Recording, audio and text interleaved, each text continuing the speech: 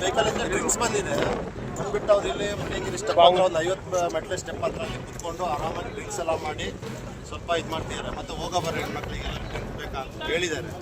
ಇದು check ಪೋಸ್ಟಲ್ಲೂ check ಮಾಡ್ತಾ ಇಲ್ಲ, ಏನೋ ಗೊತ್ತಿಲ್ಲ.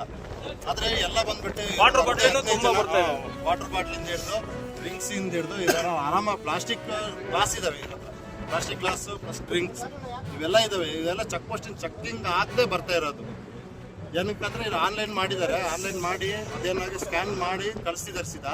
ಚೆಕಿಂಗ್ ಆಗ್ತಾ ಇಲ್ಲ, ಇದು ಚೆಕಿಂಗ್ ಆಗಬೇಕು. ಚೆಕಿಂಗ್ ಆಗಲಿಲ್ಲ ಅಂದರೆ ಇಲ್ಲಿ ಈ ಥರ ಸಮಸ್ಯೆ ಆಗ್ತಾ ಇದೆ.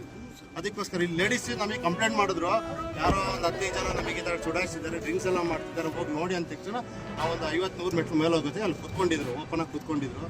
ಅದು ಕೆಳಗಡೆಯಿಂದ ಗಾಡಿಯಲ್ಲಿ ಕರ್ಕೊಬಂದು ಈ ಥರ ಬಿಟ್ಟು ಅವ್ರು ಮೇಲೆ ಹೋಗಿರೋದು. ಅದರಿಂದ ಇದೇನಾದ್ರೆ ಚೆಕ್ ಪೋಸ್ಟಲ್ಲಿ ಚೆಕಿಂಗ್ ಆಗಬೇಕು.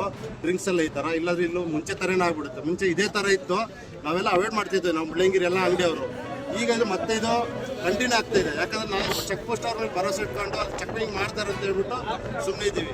ಅದು ಈಗ ಈ ಥರ ಮತ್ತೆ ರಾತ್ರಿ ಆಗ್ತಿದ್ದೇವೆ. ಕೇಳಿದ್ರೆ ನಮ್ಮ ಹತ್ರನೇ ಜಗಳಕ್ಕೆ ಬರ್ತಿದ್ದಾರೆ. ವಾಟರ್ ಬಾಟ್ಲಿಗೆ ಕೇಳಕ್ಕೆ ಹೋದ್ರೆ ಅದು 1 ಲೀಟ್ರ್ ಕೇಳಿದ್ರೆ ಅಲ್ಲೇ ಚೆಕ್ ಮಾಡಲ್ಲ, ನೀವೇ ಆಗ್ತೀವಿ ನಮಗೆ ಕೇಳಕ್ಕೆ, ನೀವೇ ಡಿಪಾರ್ಟ್ಮೆಂಟ್ ಅವ್ರು ಅಂತ ಕೇಳ್ತಾ ಇದ್ದಾರೆ.